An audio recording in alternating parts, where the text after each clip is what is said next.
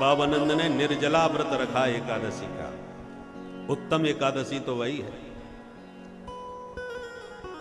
प्रत्येक एकादशी बिल्कुल निराहार होनी चाहिए। 7 दिन में आपको 1 दिन की छुट्टी चाहिए, रविवार की छुट्टी सभी मानते हैं, तो वही 15 दिन में कम से कम पेट को भी तो रेस्ट दो। परंतु हम एकादशी को जो यदि कदाचित व्रत करते भी हैं तो वो नाम मात्र का ही व्रत होता है। उत्तम तो यह है कि निराहार, और निराहार नहीं रह पाओ, निर्जला नहीं रह पाओ तो सजला कर दो भाई, जल पी लो। और जल से भी काम ना चले तो भैया जूस पी लो, दूध पी लो, केवल पियो, खाओ कुछ मत, तो सजला हो गई। और सजला भी न बन सके तो सफला कर लो भाई, फलाहार कर लो। और फलाहार का अर्थ क्या होता है? फलों का आहार। और फलाहार के नाम पर हम करते हैं फुलाहार, कहीं से भी कसर नहीं छोड़ती, रेस्ट की जगह गरिष्ठ कर देते हैं। कूटू की पकौड़ी बन रही हैं, पूड़ी बन रही हैं तो ये तो फिर फुलाहार हो गया। परंतु उपवास करना चाहिए। उप समीपे यो वासः जीवात्मा परमात्मनो हो, उपवासः सविज्ञेय न तो कायस्य शोषणम। केवल भूखा रखना ही उपवास नहीं होता। भगवान के चरणों में अपनी सारी इंद्रियां, मन लगाओ। 5 ज्ञान इंद्रियां, 5 कर्म इंद्रियां 10 हो गई, इनका मालिक मन 11वां। इन एकादश इंद्रियों से भगवान के चरणों का चिंतन करके भगवान की सेवा में इन इंद्रियों का समर्पण करने का ही नाम एकादशी का उपवास है। तो बाबानंद ने किया उपवास। और जब पेट में कुछ नहीं है तो फिर नींद कहाँ आवे। गलती से मध्य रात्रि में नींद खुल गई, बाबा को लगा कि ब्रह्म मुहूर्त हो गया, भाई सवेरा हो गया, चलो जमुना नहाए। तो कुछ सेवकों के साथ जमुना जी में गए, डुबकी मारी तो वरुण के दूध पकड़ के बाबानंद को ले गए। क्योंकि 12 बजे से 3 बजे के बीच आसुरी बेला में कभी भी किसी नदी जलाशय में स्नान नहीं करना चाहिए।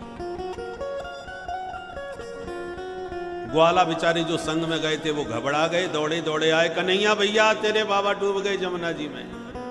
भगवान दौड़ के गए, मारी छलांग, पहुंच गए वरुण लोक में। वरुण ने बड़ा जोरदार स्वागत किया, अहो भाग्य हमारे प्रभु के चरण पधारे, कैसी कृपा करी सरकार।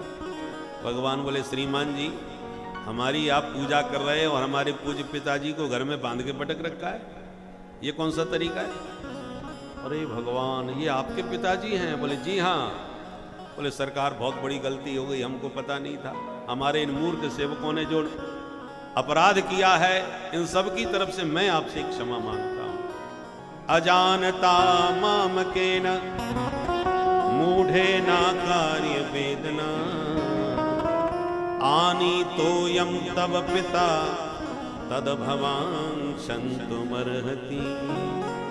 माफी मांगी तो भगवान ने क्षमा कर दिया और बड़े आदर के साथ वरुण ने बाबा को विदा किया। बाहर आते ही ब्रजवासियों ने घेर लिया, कहो बाबा कहां डुबकी मार के चले गए जमुना जी में? तो बाबा ने पूरी कहानी सुनाई।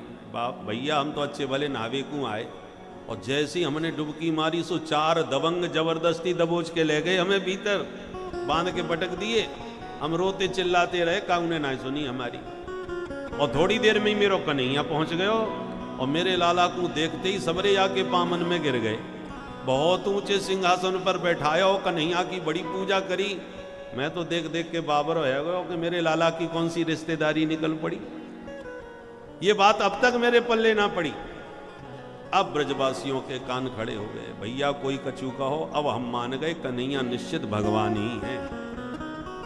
सुसबरे ब्रजवासी घेर के कन्हैया थे, बोले लाला तो हमारी सौगंध है, तू सांची बता, सच में तू भगवान है का? कन्हैया बड़ी जोर से हंसे और बोले, ब्रजवासियों काय को मेरे हाथ धो के पीछे पड़े हो, नेक नेक बात पे भगवान बनाए दो।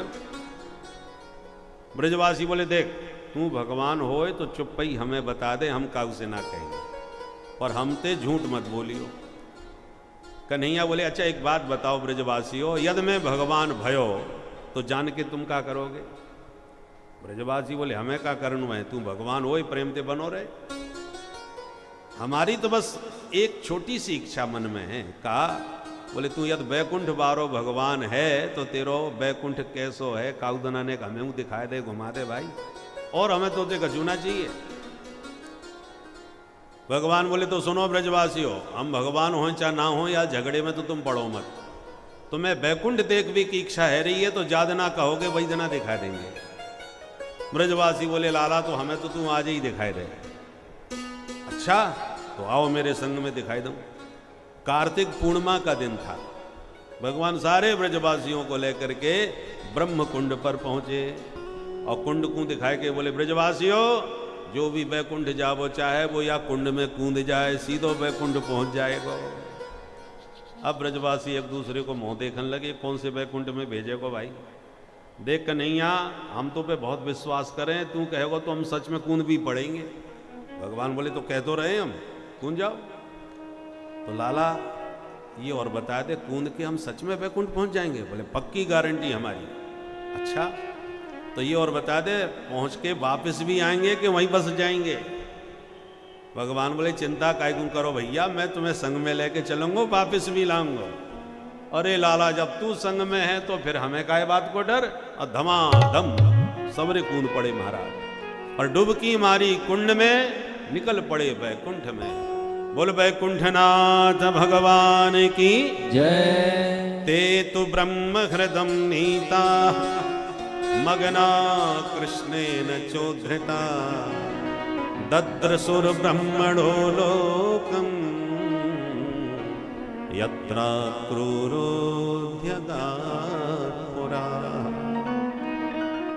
उस दिव्य वैकुंठ में ब्रजवासियों ने अपने आप को खड़ा पाया। क्या देखा? सर्वे पद्म पला साक्षा पीत कौसेय वाससा। वैकुंठ में भगवान के सभी पार्षद शंख चक्र गदा पद्मधारी हैं। देख करके सब दंग रह गए, अरे भैया अपन सच में बैकुंठ में आ गए। देखो सब चार चार हाथ वाले घूम रहे हैं, दो हाथ वाले हमें ही तुम दिख रहे। एक बोलो भैया घूमने लायक है ये जगह, तो चलो भीतर तक पूरा घूम के आए। तब तक एक बोलो रुको रुको, परदेश वाली बात है, कहीं भटक गए तो कोई रास्ता बतावे बारो ना मिलेगो। कन्हैया के साथ में आए हैं तो कन्हैया के साथ में ही घूमेंगे। कहाँ है कन्हैया? अब कहीं नजर ना आवे। एक बोलो घबराओ मत, चलो चल के काऊ से बात करें, पूछ लें। तो भगवान के जो पार्षद खड़े थे उनके पास जाके बोले भैया जी राम राम। उसने इशारा किया, मौनमास्ता, बिल्कुल शांत। ब्रजवासी तो बेचारे डर गई, कैसो बैकुंठ है कोई राम राम ही ना करे। तो एक बोलो घबराओ मत, यहाँ राम राम नहीं करते होंगे। हर जगह की भाषा बोलचाल अलग अलग होए, कहीं राम राम, कहीं राधे राधे, तो कहीं हर हर, तो कहीं हाय हाय, जहां जैसी रीति रिवाज। तो यहां राम राम वाले नहीं होंगे। तब तक एक बोलो वो देख वो नाक के ऊपर जाके वो बैठ गए हो कन्हैया, पक्को ये अपनो ही कन्हैया है। और जो मिलने को आगे बढ़े के सेवकों ने रोक दिए, सावधान यहां से आगे कोई नहीं जा सकता। तो बेचारे ब्रजवासी दूर से ही हाथ जोड़े, अरे भा कन्हैया वृंदावन में 100 फन वाले काली नांग पे चढ़ गए और यहां आके 1000 फन वाले नाग पे बैठ गए। बोल नंद की लाला की जय।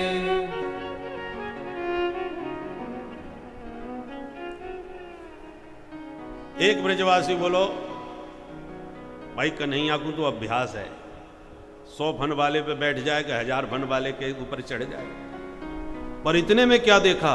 ब्रह्मा, शंकर, इंद्र, कुबेर, वरुण, यम सब पंक्तिबद्ध आ रहे हैं, भगवान के चरणों में प्रणाम कर रहे हैं, विविध छंदों में भगवान की स्तुति गा रहे हैं। कोई शार्दूल विक्रीडित छंद में गा रहा है, कोई नरकुटक छंद में गा रहा है, कोई शिखरणी छंद में भगवान की स्तुति कर रहा है।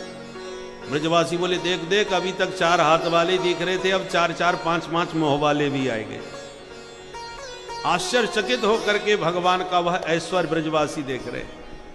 नंदादयस्तु तम दृष्ट्वा परमानंद निर्वृता कृष्णं च तत्र छंदोभि स्तूयमानं सुविस्मिता।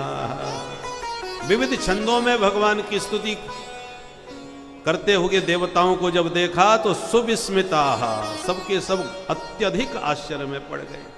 अंत में डरे डरे ब्रजवासी आंख बंद करके बोले कन्हैया भैया खूब घूम लियो तेरो बैकुंठ, अब तो जल्दी से जल्दी वृंदावन वापस बुला ले।